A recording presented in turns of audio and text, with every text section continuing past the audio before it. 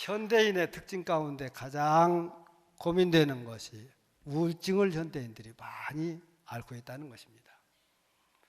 사람들이 육체적으로는 감기가 가끔 와가지고 자기의 몸에 힘을 떨어뜨리고 그리고 힘들게 만드는데, 정신적으로 우울증이라는 것도 감기처럼 사람이 왔다가 나가기도 하고, 그것이 그 사람 마음속에 둥지를 틀으면은 그 사람이 굉장히 세상에서 고생을 하면서 살게 되는 것입니다.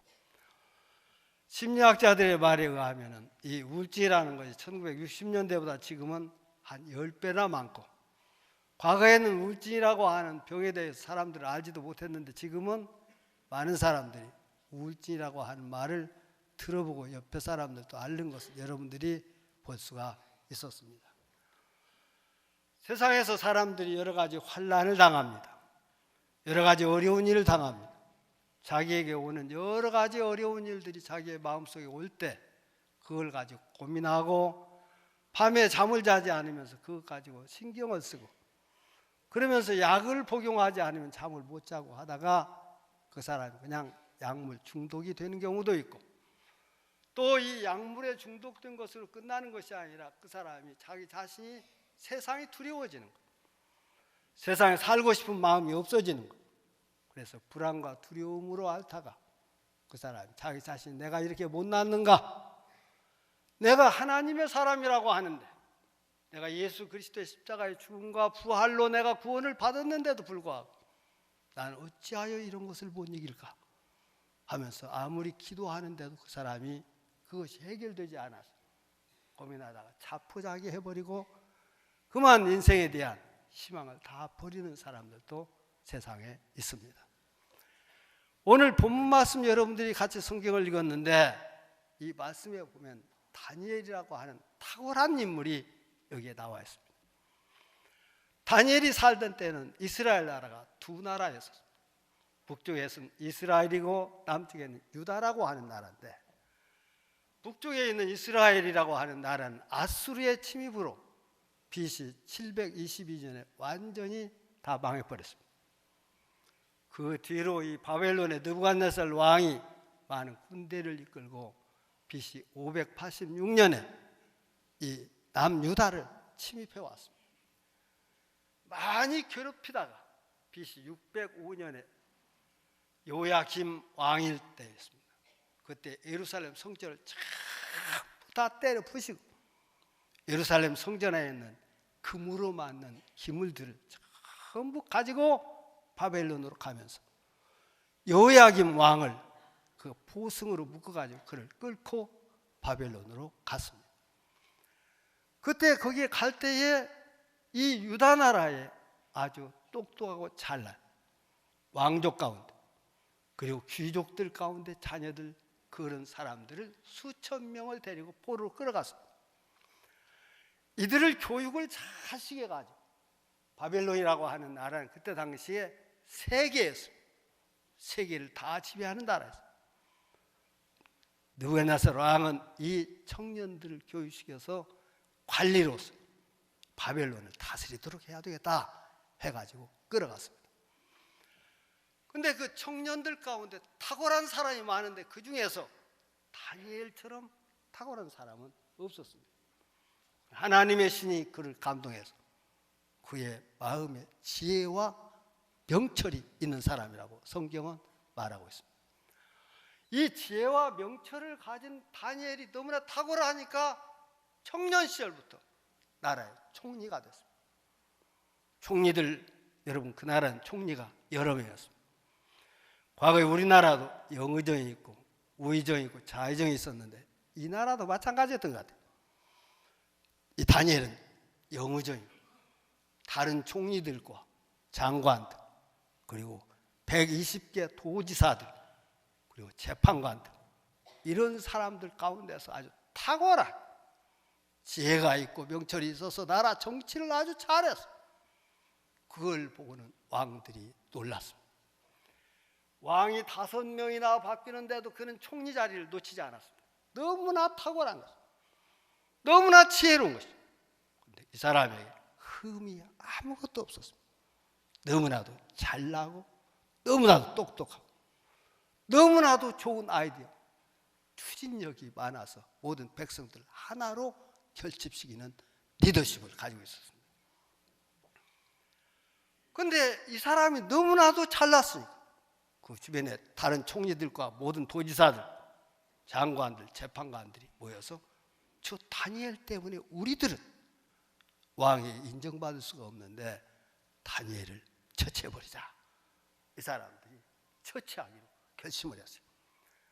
정치라는 것은 적이 언제나 있기 마련이고, 다니엘이 무엇을 잘못해서 처치하자는 것이 아니라 너무나 잘나서 다니엘을 없애야 자기들이 힘을 쓰겠다.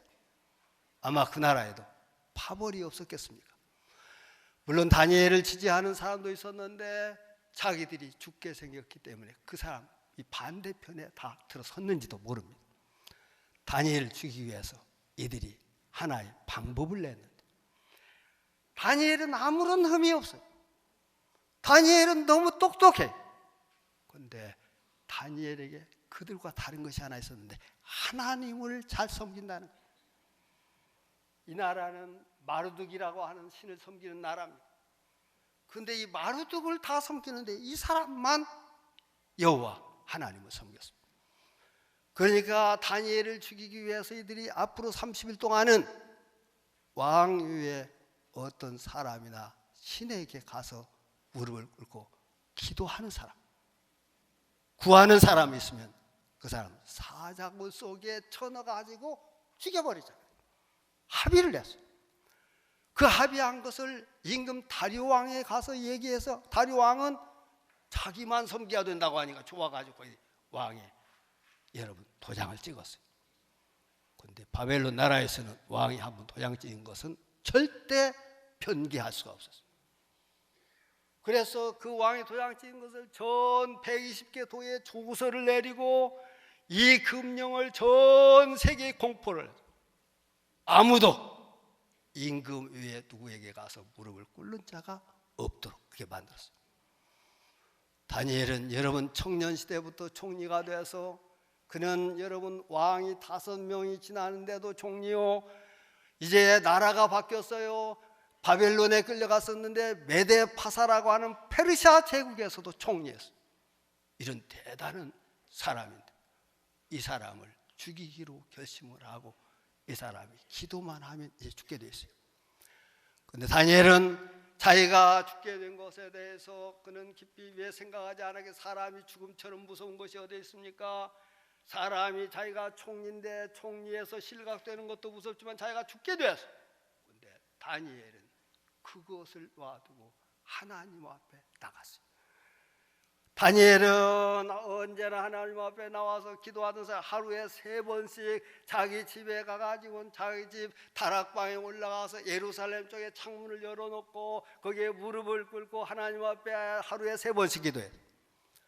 유대 나라의 경건한 신자들 하루에 2번씩 아침과 저녁에 기도했습니다. 그런데 다니엘은 하루에 3번씩 했어요.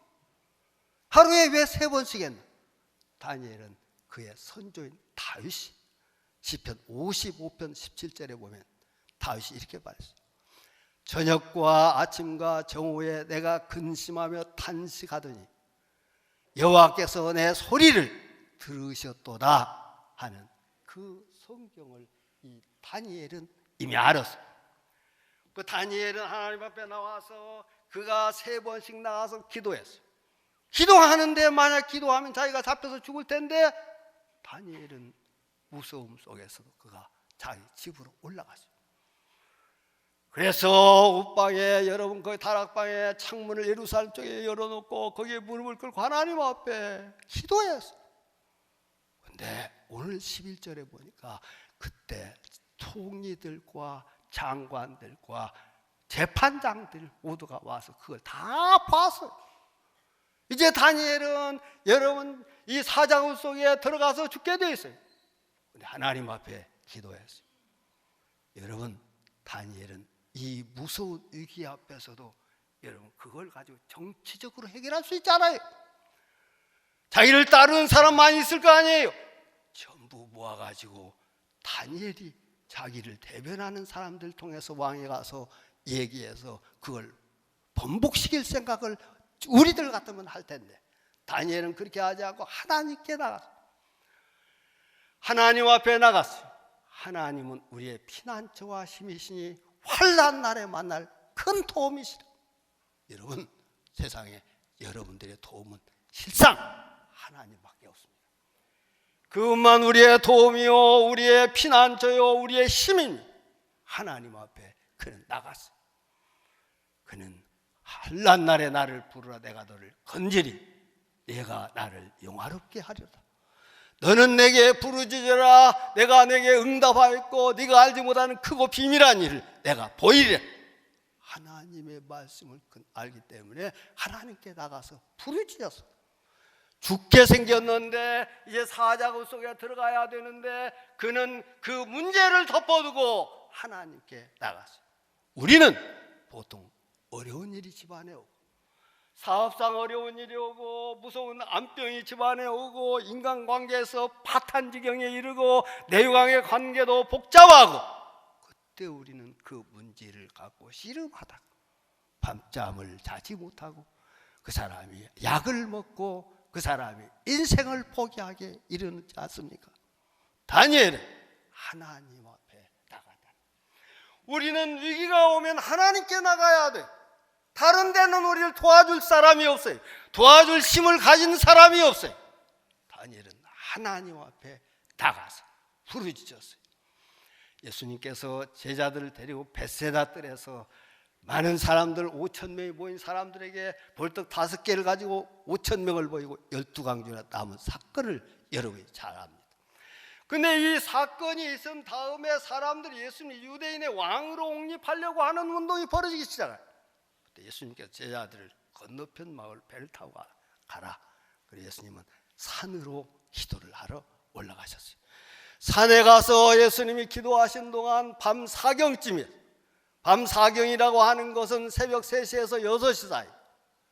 그 새벽에 제자들은 가다가 이 갈릴리 호수 중간쯤에서 큰 풍랑을 만났어요. 큰 태풍이 불어왔어요. 여러분, 이 갈릴리 바다는 사하라 사막에서 불어오는 따뜻한 바람과 저쪽에 있는 지중해에서 불어오는 찬바람이 섞어져서 이것이 가끔 돌풍을 일으키는데 그 갈릴리 바다의 가운데는 배들이 언제나 피해서 가는 거예요. 그런데 이 예수님의 제자들을 싣고 가는 배가 이 가운데로 지나갔던 것 같아요. 그 가운데에서 이 돌풍이 일어나면 살자가 지금도 없답니다. 지금도. 왜냐하면 그 밑으로 이 깊이가 200m나 돼요. 엄청나게 깊어요. 배가 뒤집어지면 죽는 거예요. 근데 배가 뒤집어질 위기였어요. 여러분, 큰 태풍이 불어왔어요. 그걸 어떻게 해요? 이 배가 중심을 잡을 수가 없었어요. 이제 죽었구나. 그때 예수님께서는 멀리서 그걸 보시고는 이 바다 위를 뛰어서 오셨어요. 여러분, 그 태풍이 불어오는데 이 물이 여러분 위로 솟으면 산더미처럼 솟아오르는데 그걸 타고 올 수 있는 힘 있는 사람이 누가 있습니까? 예수 그리스도. 그분은 하나님이기 때문에 가능했던 거예요. 그것은 하나님이기 때문에 가능했던 거예요. 태초에 말씀이 계시니라. 이 말씀이 하나님과 함께 계셨으니 이 말씀이 곧 하나님. 말씀이 육신이 되어 우리 가운데 거하시니 아버지의 독생자 영광이요 은혜와 진리가 충만하더라. 여러분, 예수님은 하나님이었습니다. 여러분, 말씀이 하나님이라고. 이 하나님이 이 땅에 내려오셨는데 그 아버지의 독생자 영광이라는 것은 하나님의 영광을 가지고 예수가 오셨다는 것입니다. 예수만이 바다의 풍랑을 타고 올 수가 있습니다. 근데 제자들이 그걸 보고 밤 사경이 캄캄할 때요 유령인가해서 놀라서 두려워했다고. 그때 예수께서 내니 두려워하지 말아라. 내니 두려워하지 말아라. 베드로가 예수님의 목소리니까 예수님 만일 주님이라면 나에게 오라고 하소서. 베드로에게 오라. 아니, 베드로가 그 풍랑을 걸어서 예수께 가기 시작했어요. 여러분, 세상에서 인간으로서 바다를 뛰어간 사람은 베드로밖에 없어요.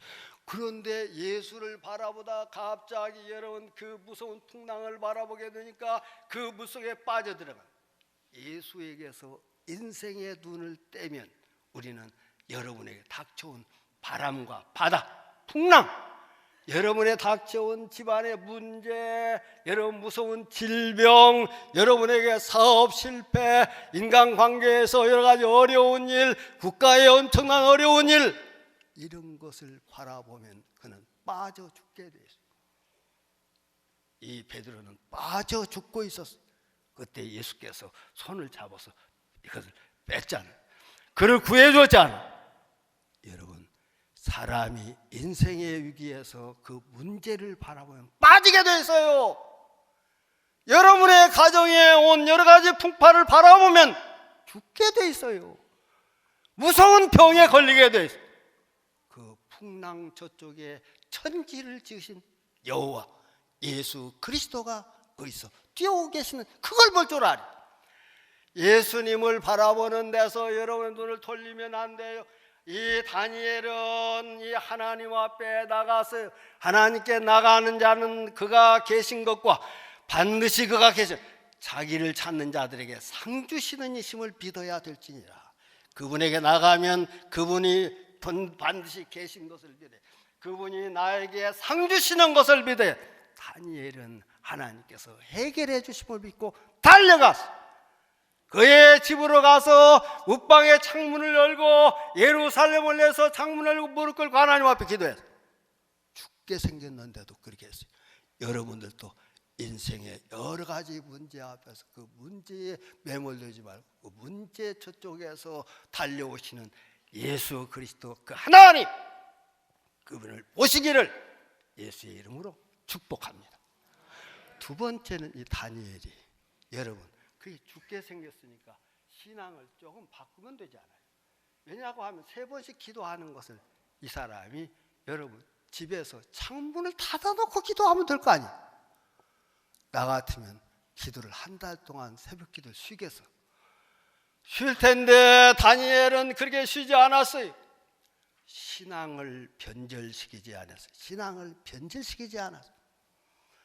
여러분, 현대인들은 현대 기독교인들은 과거에 우리가 어려서 신앙생활, 저는 어려서부터 신앙생활 할 때 여러분 그때는 주일도, 주일 저녁에도, 수요일도 이 얼마나 하나님 앞에 나가는 것이 최고의 기쁨이었고 행복이었어요. 요사이는 주일 안예배 한 번만 드리기도 쉽지 않아요. 신앙이 현대화되었어요. 다니엘은 현대화시키지 않았어요. 그는 문을 닫아놓지 않았어요. 올라가서 문을 열었어요. 그리고 예루살렘 쪽을 사람들, 원수들이 다 와서 보았어요. 이제 죽게 됐어요. 우리는 부모님들이나 옛날 분들이 신앙생활 하던 것이 위대한 신앙입니다, 여러분. 우리 어머니들이 기도하고 어머니들이 신앙생활하는 거, 그 훌륭한 신앙생활이었습니다.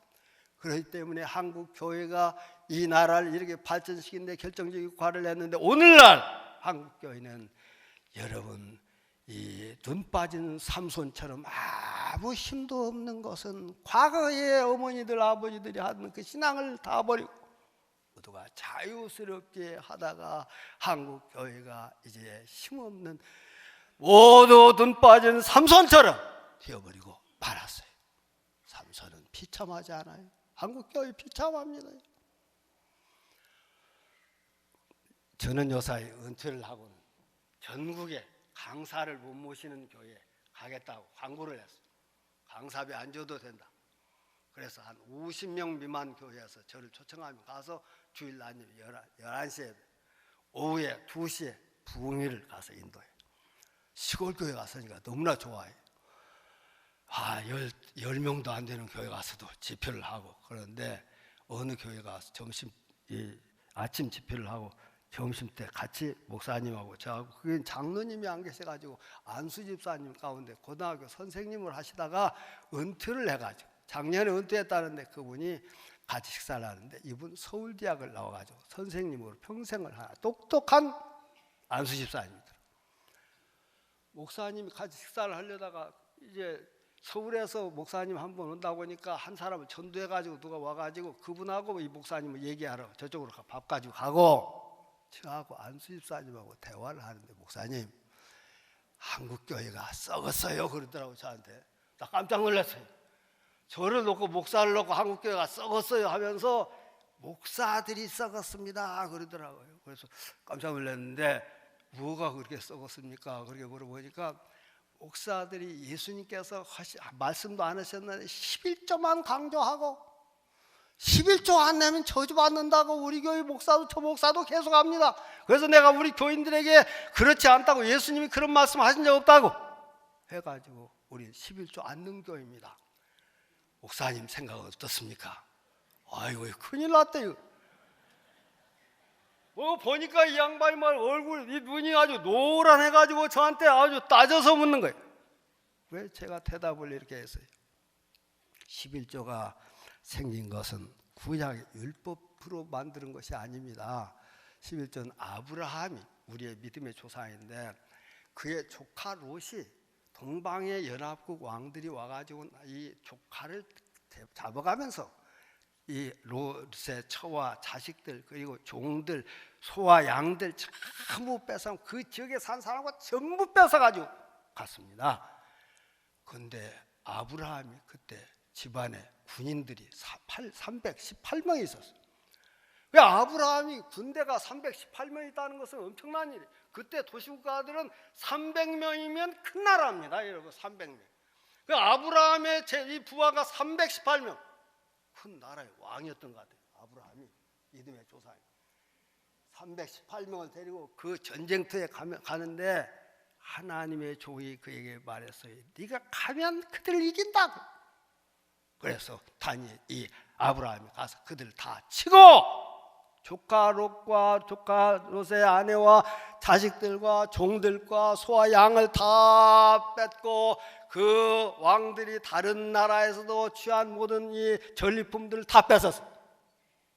돌아오다가 요단강가에서 살렘 왕 멜기세덱을 만났어요. 이 멜기세덱을 가리켜서 창세기에서는 지극히 높으신 하나님의 제사장이다. 고린도전서 10장에서는 뭐라 했냐고 하면 그는 그리스도를 방불케 하는 자다. 히브리서에서는 뭐라 했냐면 그리스도를 닮은 사람이다.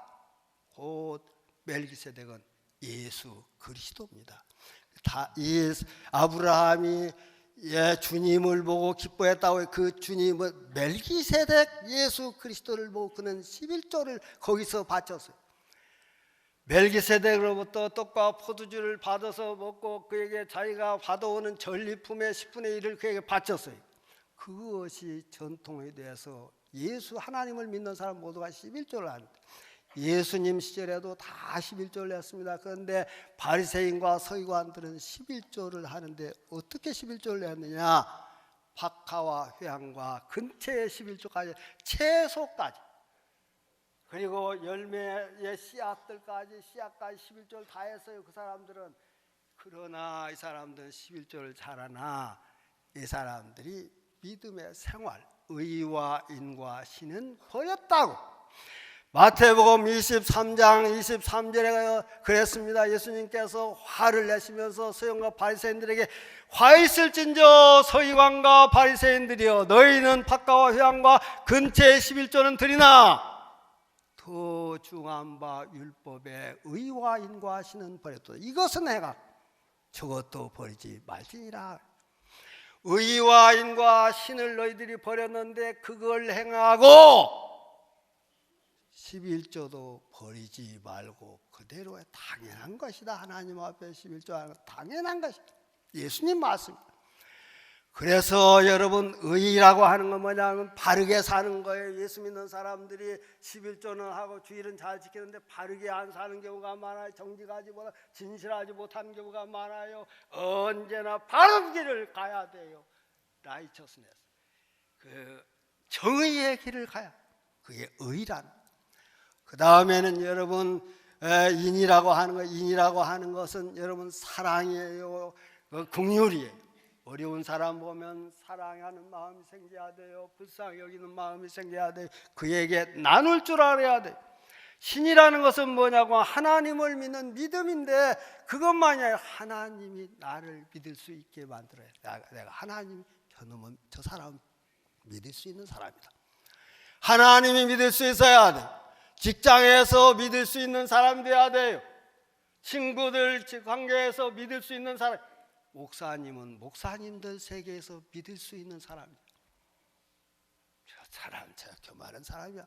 이러면 안 돼. 의와 인과 신은 버렸도다. 이 서기관과 바리새인들은 11조는 정확히 잘 드리는데 채소까지도 씨앗에서 더 드리는데 이 사람들은 사람들 무시하고 짓밟고 갑질을 하고 이런 사람들. 예수님께서 화 있을진저. 여러분 우리가 11조는 하나님 앞에 당연하게 드려야 되는 거예요. 그것을 예수님이 마태복음 23장 23절에 분명히 말씀했는데 이 안수 집사님은 그것이 없는 걸로 찾아가면서 말씀을 했어요. 근데 그럼 목사님 안 바치면 저주받는다는 소리는 헛소리 아닙니까? 위협하는 거 아닙니까? 그래서 제가 그랬어요. 11조를 하나님 것인데 내가 하지 않고 살면 내 스스로 이미 마음에 저주를 받았다고 봐야 됩니다. 하나님 앞에 드려야 되는 것을 그걸 별거 아닌 걸로 알고 내가 써도 괜찮은 걸로 한다면 올바른 마음이 아니지 않습니까? 11조를 안 해서 무슨 사업이 안 되네, 집안이 망하네, 그걸 말하는 것이 아닙니다. 믿음 자체가 없는 것, 그건 저주받은 겁니다. 그 안수 집사님이 여러분 박수를 치면서 목사님 알았습니다. 이제 나도 하겠습니다. 교회 한 교회 아주 고쳐놓고 왔어요. 하나님의 역사에 그분이 아주 잘 받아들인 거예요. 사랑하는 한신교회 성도 여러분, 우리 선조들이 선배들이 신앙생활했던 거 구약시대부터 신약시대에 수천 년 동안 연결되는 주의를 잘 지킨다든지 11조 하는 거 당연히 그것보다 더 중요한 것은 의와 인과 신 믿을 수 있는 사람으로 세상에 사는 거야. 저 사람 됐어, 저 장로님 됐어, 저 집사님 됐어, 우리 목사님 됐어, 저런 분이 내가 우리는 너무나 행복해. 이렇게 되기를 주의 이름으로 축원합니다. 마지막 다니엘이 가서 문을 예루살렘 쪽에 열어놓고는 무릎 꿇고 기도하면서 기도의 내용이 뭐냐, 감사드렸다. 다니엘이 이제 오늘 죽을 텐데 사자굴 속에 넣어가지고는 죽일 텐데 감사했다는. 여러분 감사는 아무나 하는 거 아니잖아요. 목사님들이 설교하면서 감사하라고 많이 하는데 감사할 마음이 있어야 감사하지. 감사할 마음이 하나도 없는데. 근데 감사는 어떤 사람이 할 수 있냐고 하면 데살로니가 전서 5장 16절에 18절까지 보면 항상 기뻐하라, 쉬지 말고 기도하라, 범사에 갚자. 이는 그리스도 예수 안에는 하나님의 뜻이니라. 이 감사가 거기에 범사에 감사하라 바로 위에가 쉬지 말고 기도하라잖아요. 쉬지 말고 기도하는 사람에게는 감사가 나오게 되어 있습니다. 기도하는 자들에게는 감사가 나오는 거예요. 우리의 마음속에 쓴물이 올라오고 쓴뿌리가 있는 것은 기도하지 않으면서 감사가 되지를 않습니다. 저도 목사 45년 안수받은 지 여러분 이제 은퇴한 뒤에도 다시 이제 50년 돼.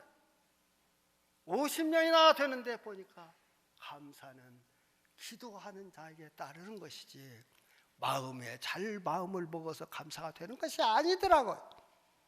기도하는 거예요. 쉬지 말고 기도하는 자에게 감사가 따르는데 감사하는 사람에게 기쁨이 오는 거예요. 기쁨이. 감사하는 사람 기쁨.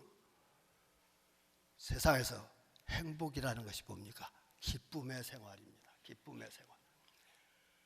저희가 여러분들이 최병한 선교사를 의사를 방글라데시 병원에 여러분이 파견했어요. 거의 난민촌에 파견했어요.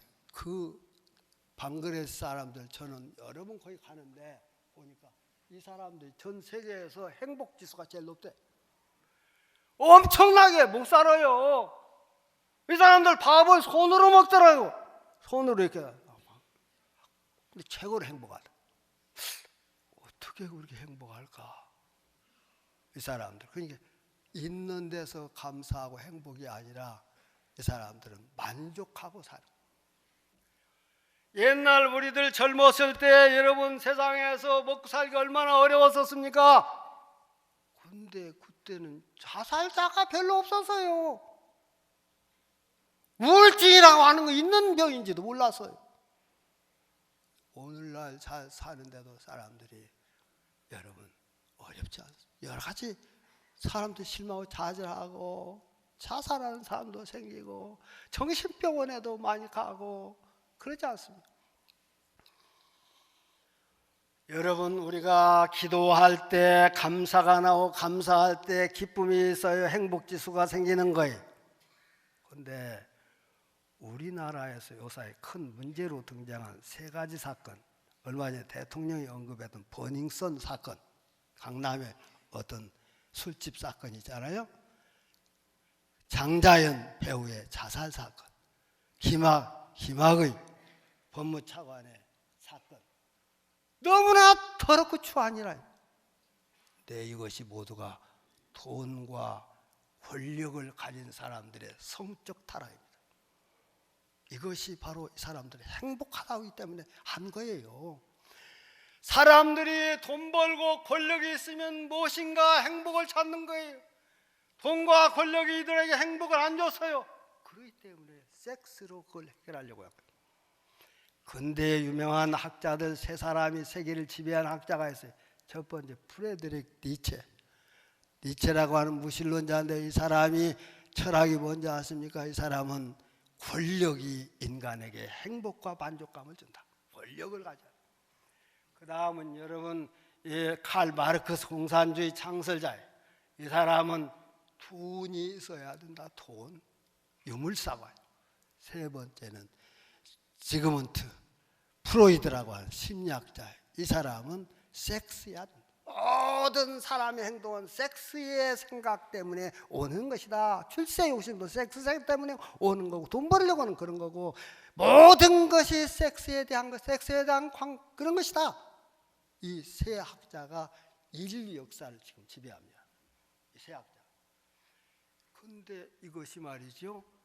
다 합해진 것이 이번 우리나라의 아까 세 가지 사건들이 돈과 권력과 섹스 이거네. 이들이 여러분 행복합니까? 가짜 행복입니다. 가짜 행복. 그 행복한 것 같은데 행복이 거기 없는 거예요. 얼마나 더럽게 됐어요. 버닝썬 사건으로 젊은이들이 여러분 유명한 K-팝을 하고 이런 사람들이 여러분 거기에 마약을 하고 그거 가지고 사업한다고 하는 것이 성 접대를 하고 어린 것들이 사업한다고 무슨 놈 여러분 어른들보다 더 못된 짓을 하더라고. 젊은이들이. 이 모두가 가짜 행복을 추구한 거예요. 근데 유명한 네덜란드의 신학자 아브라함 카이퍼라고 하는 위대한 신학자예요. 그분은 교회 목사님을 했어요. 그리고 이분은 교회 개혁가예요. 그리고 이분은 언론이에요. 이 아브라함 카이퍼라는 사람은 여러분 국회의원을 해 대학을 창설해서 만들어가지고 대학 총장을 했어요. 대학 주인이에요. 유명한 네덜란드의 화란 자유대학이라 최고의 대학, 세계적인 대학. 거기 주인이야. 아브라함 카이퍼가. 그리고 이 사람은 나라에 여러분 수상을 했어요. 근데 이 사람이 네덜란드가 거짓 행복을 추구하고 있는 것을 바꾸기 위해서는 그가 기도하면서 연구를 해가지고 그 사람 뭐라 했냐면 이걸 참 행복으로 바꿔야 돼. 참 행복은 어디서 오느냐? 예술적 본능을 회복하도록 해야 돼. 예술적 본능. 이것은 예술적 본능을 이분은 영어로 인스피레이션을 사람들이 회복하도록 해야 한다. 인스피레이션이라고 하는 것은 계시라 영감이라는 말이잖아요. 그런데 이분은 그걸 영성이라고 이분은 해석을 하고 인스피레이션이라고 하는 말은 인스파이어라고 하는 라틴어에서 온 말인데 스파이어라고 하는 라틴어는 뭐냐고 하면 하나님의 영을 말해요. 인이라고 하는 것은 영어의 인이 뭐예요? 속에.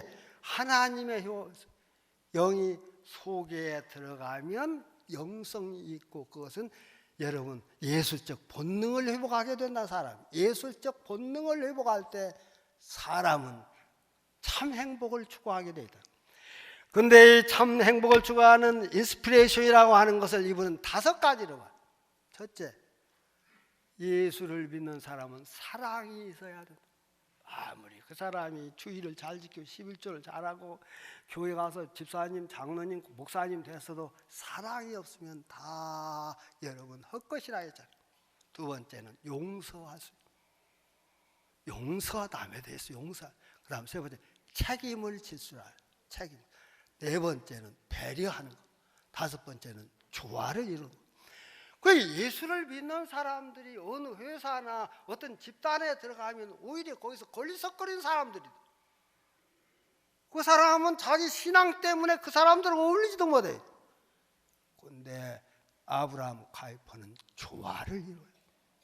그들과의 조화를, 직장에서 조화를 이루고 사람들에게 배려를 할 줄 알고, 잘못한 것은 자기가 책임질 줄 알고, 남들의 잘못을 용서할 줄 알고, 남을 불쌍히 여기고 쓸어 담고 안으려고 하는 이런 5가지를 가리켜서 아브라함 카이퍼는 영성이라고 말해요.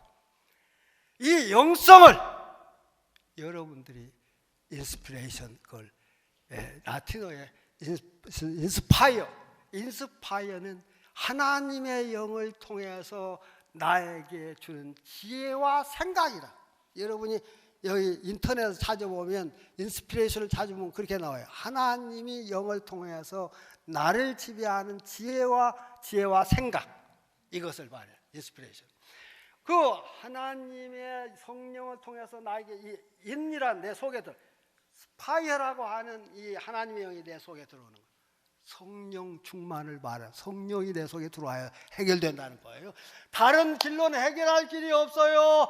나라가 여러분 돈과 권력과 섹스로 나가는 것을 되돌려 놓고 여러분 참된 행복으로 바꾸는 것은 거기에 하나님의 영이 내 속에 들어와야 돼. 여러분들 속에 들어오는 이 시간 되기를 바랍니다.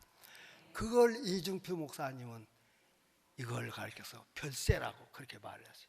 하나님, 이 유명한 아브라함 카이퍼라고 하는 사람은 엄청난 인물입니다. 그분이 말한 걸 이 목사님 알았는지 몰랐는지 모르겠어요. 그래서 이 목사님은 그 하나님의 영이 자기 안에 거할 때만이 사람이 어디 가서든지 희생할 수 있고, 남을 섬길 수 있고, 남을 도울 수 있고, 그를 통해서만이 세상이 달라진다, 그렇게 말씀하셨어요. 사랑하는 한신교회 성도 여러분, 다니엘에게서 우리가 배울 수 있어요. 다니엘은 위기 속에서 하나님 앞에 기도하러 나갔죠. 신앙을 변개하지 않고 신앙을 과거부터 다윗이 하던 그 신앙을 그대로 지켜나가서 하루에 3번씩 기도했어요. 바꾸지 않았어요. 여러분들도 바꾸면 안 돼요. 그리고 감사하는 생활을 해서 여러분이 한국교회의 모델교회를 만들 수 있기를 예수의 이름으로 축복합니다. 기도하겠습니다. 하나님 감사합니다. 오늘 주님께서 우리 한신교회에 부족한 종을 보내서 다니엘의 이 신앙에 대해서 함께 생각했습니다. 다니엘은 위기 속에서 하나님에게서 모든 해결점을 찾았고, 그의 신앙을 바꾸지 않고 그대로 죽음을 각오하고 나갔고, 그가 다니엘은 감사 기도를 할 때 하나님께서 그의 적들이, 대적들이 그를 사자우 속에 집어넣었지만 사자들이 그를 감당할 수 없어 잡아먹지 못하고 그가 나와서 총리로서 모든 백성의 존경받으며 나를 다스렸던 것처럼 한신교회 성도들이 다니엘과 같은 믿음을 가지게 해 주옵소서. 예수 이름으로 기도하옵나이다.